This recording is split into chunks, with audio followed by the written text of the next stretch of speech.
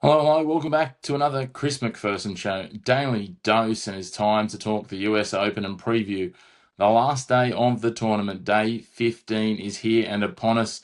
Day 14 now in the rear vision mirror. Two more titles decided in terms of the men's doubles, where it was the fifth seeds, Marcel Granollers and Horacio Zeballos, winning in 3 sets over Neil Skupski that is, and Joe Salisbury, the Brits.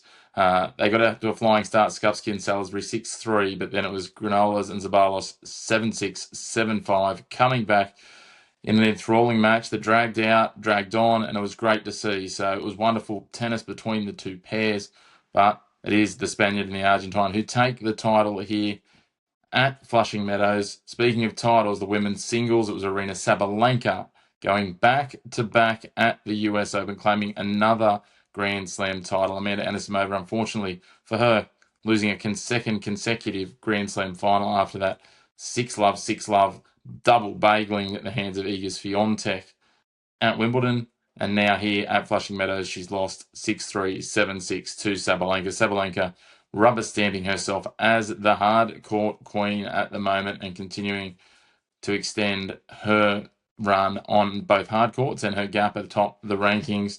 So again, it wasn't the best of Sabalenka at times. Both players struggled to hold their serve throughout the match, but Sabalenka stood tall when it mattered most, winning a second set tiebreak to take that 6-3, 7-6 and takes that $5 million US prize pool to her pocket. $2.5 million for runner-up. Not too bad for Anisimova, but we know she'd trade that for a Grand Slam.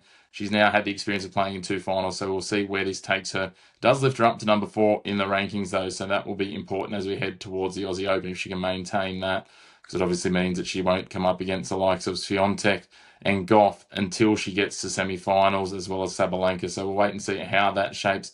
But it is time to talk about the pinnacle of the tournament, the final day, and it is for the third slam in a row, Carlos Alcaraz taking on Jannik Sinner.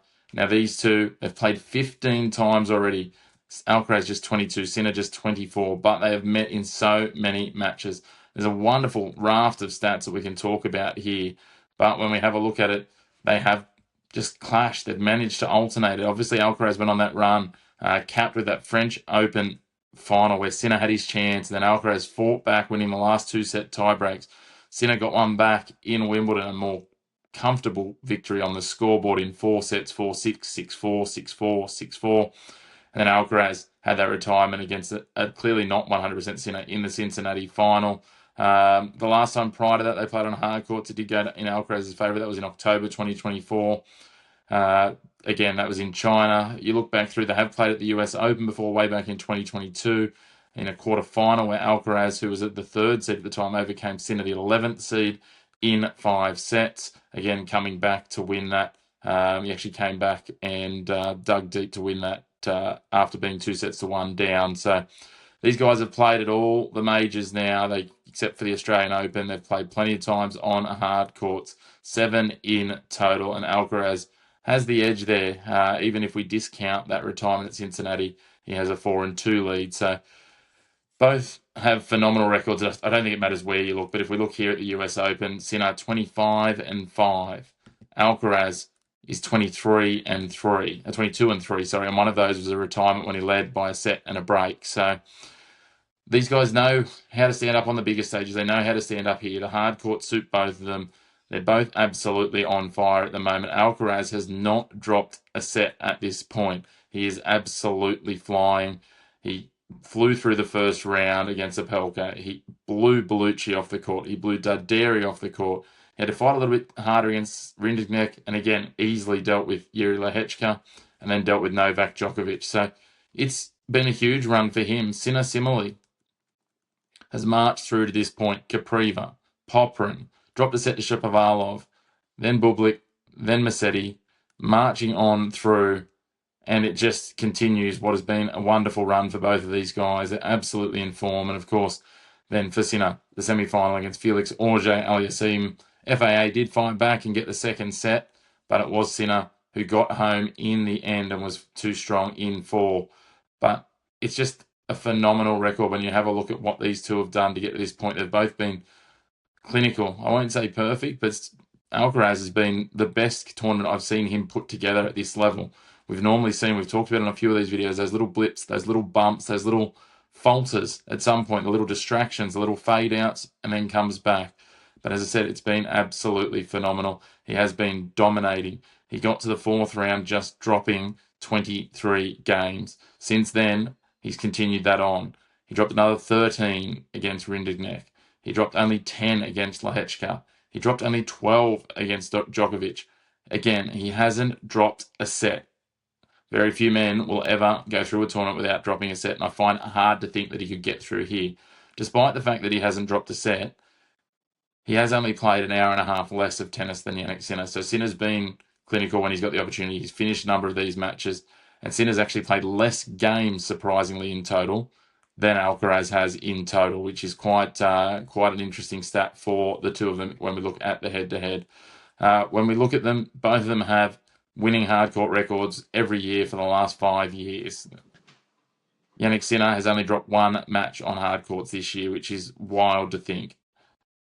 For Alcaraz, he's dropped a few. He's got 4. He's 22-4 versus Sinner's 18-1. Sinner looks a little fresher, you have to be honest, because of that break that he had, the suspension, the 3 months, the elephant in the room that a lot of people are just letting slide by.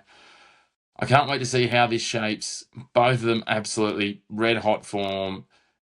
And it's often we get to these Grand Slam finals and there's a question mark or an asterisk over one player. Is it injury? Is it illness?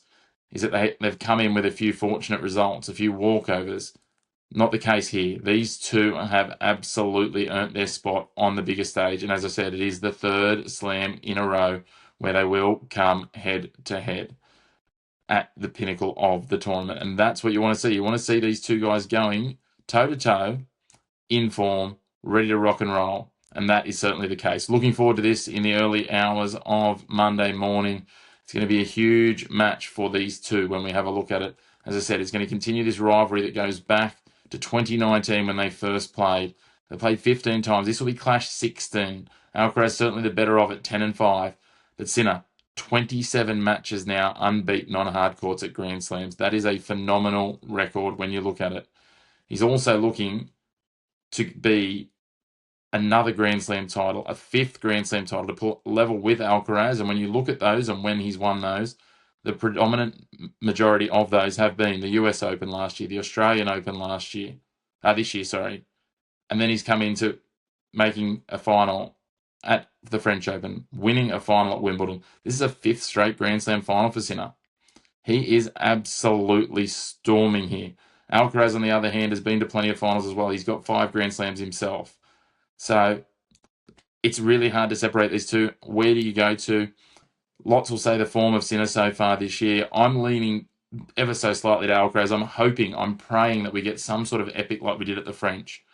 The Wimbledon final was amazing, but it paled in comparison, unfortunately, and was such a recent memory that we probably underappreciated what we got there. I'm going Alcaraz to get this one done. I'm going Alcaraz to win in 5 and take it from Sinner here and make it a 6-time Grand Slam winner for Alcaraz. Obviously, as I said, Sinner can equal the ledger, but these guys are absolutely the stars that are going to dominate tennis for the next decade plus. And the other thing that's on the line, of course, the number 1 ranking. The winner will take that. Alcaraz can return to number 1 with a win. Sinner will hang on if he defends his title and defends his points from last year.